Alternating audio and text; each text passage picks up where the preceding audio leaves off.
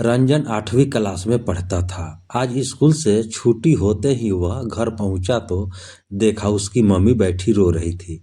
Ranjan, mummy क्या बात है, आप क्यों रो रही हो? रंजन के पापा गुजरात गए थे बिजनेस करने के लिए। उन्हें 2 साल हो चुके थे। शुरू शुरू में पैसे भिजवाते थे, धीरे धीरे वो भी बंद हो गए, फिर फोन भी आने बंद हो गए। आज सरिता ने फोन किया तो उन्होंने कहा, जोगेंद्र जी, मेरा तुम दोनों से कोई मतलब नहीं है।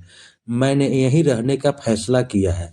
मैं अब कभी वापस नहीं आऊंगा और आज के बाद इस नंबर पर कभी फोन मत करना। यह कहकर उन्होंने फोन काट दिया। सरिता जी इस बात को सुनकर तब से रोए जा रही थी। रंजन, मम्मी आप चिंता मत करो, मैं कल से कोई काम ढूंढ लेता हूँ। हम अकेले रह लेंगे, हमें किसी की जरूरत नहीं है। पापा के लिए उसके मन में कड़वाहट भर चुकी थी। वह अपनी माँ को सांत्वना देने में लगा था।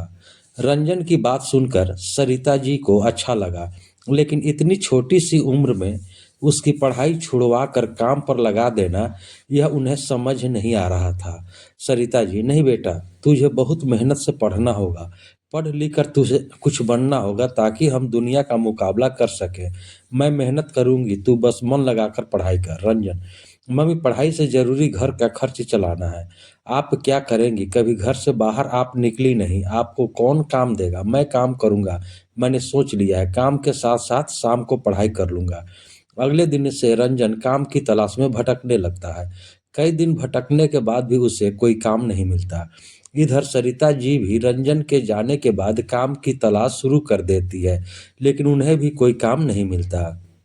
एक दिन दोपहर के समय रंजन को बहुत भूख लग रही थी। वह सुबह से भूखा था और काम ढूंढ रहा था।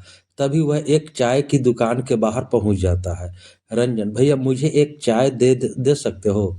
लेकिन मेरे पास पैसे नहीं है। बहुत भूख लगी है, मैं शाम तक आपकी दुकान पर काम कर दूंगा। दुकानदार, भूख लगी है तो चाय क्यों पीना चाहता है?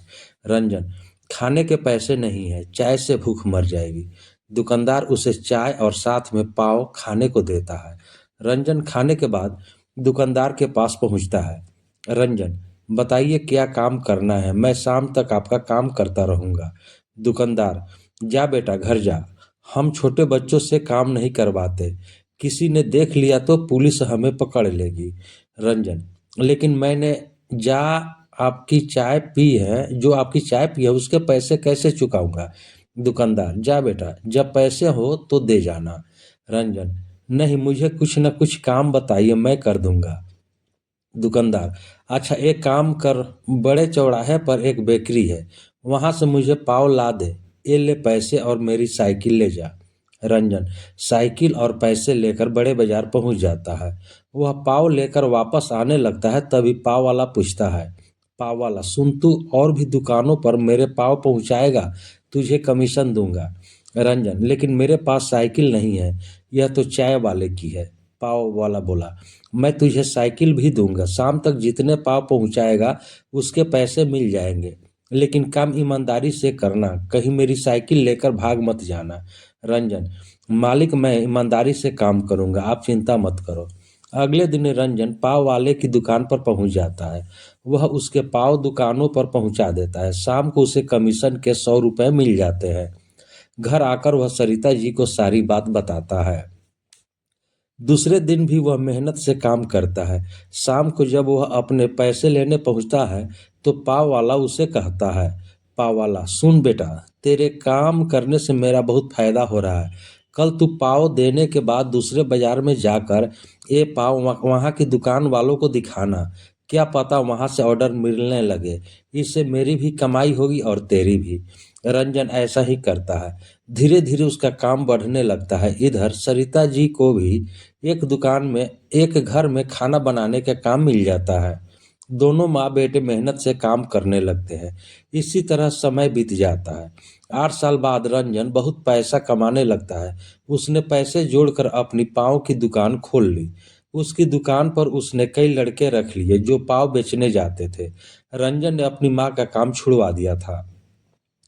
कुछ समय बाद सरिता ने एक अच्छी सी लड़की देखकर रंजन की शादी कर दी। पूरा परिवार खुशी से रह रहा था। एक दिन किसी ने कुंडा खटखटाया।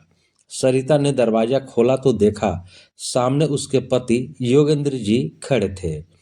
सरिता उन्हें पहले तो पहचान नहीं पाई। पुराने से कपड़े पहने, दाढ़ी बढ़ी हुई थी, बहुत कमजोर लग रहे थे। सरिता, अब आप क्यों आए हो? जोगेंद्र जी फुट फुट कर रोने लगे। जोगेंद्र जी, मुझे माफ कर दो। मैंने वहाँ बहुत पैसा कमाया, फिर मैंने वहीं शादी कर ली। उसके बाद सब कुछ अच्छा चल रहा था, लेकिन एक दिन मैं बीमार पड़ गया। मेरी पत्नी सारा पैसा और जेवर लेकर चली गई। मैं अकेला बीमारी से लड़ता रहा। मेरी हालत ऐसी हो गई, अब न मेरे पास घर है, न खाने को रोटी, न पहनने को कपड़े। मैंने तुम लोगों के साथ बहुत बुरा किया, लेकिन अब मैं कहाँ जाऊँ? मुझे कुछ समझ नहीं आ रहा था, इसलिए मैं यहाँ चला आया। सरिता, आपको पता है हमने कैसे दिन काटे हैं? रंजन ने पढ़ाई छोड़कर दिन रात मेहनत की, तब कहीं जाकर यह सब बन पाया। मैं तो आपको माफ भी कर दूं, लेकिन वह कभी आपको माफ नहीं करेगा। शाम को रंजन आया तो उसे सारी बात का पता लगा। रंजन, माँ, इनसे कहो यहाँ से चले जाए, मुझे इनसे कोई मतलब नहीं है। सरिता जी बैठी रो रही थी। उन्हें रोता देख रंजन ने कहा, रंजन, मम्मी, मैं आपको रोते नहीं देख सकता। ये बाहर वाले कमरे में रह सकते हैं, लेकिन हम लोगों से कोई मतलब नहीं होगा। आप इनका खाना वहीं पहुंचा देना।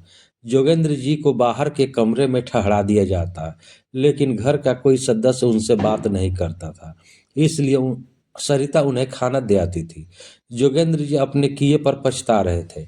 इधर रंजन ने उनसे सब रिश्ते तोड़ दिए थे।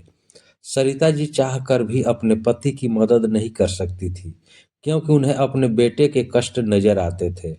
एक दिन योगेंद्र जी रात को सोए तो सुबह उठे नहीं। घर में मातम छा गया। रंजन अपने पिता की आखिरी विदाई दी, लेकिन उनके जाने का दुख केवल सरिता को था। रंजन की जिंदगी से तो वे बहुत पहले चले गए थे। दोस्तों, का यह कहानी आपको कैसी लगी? कमेंट के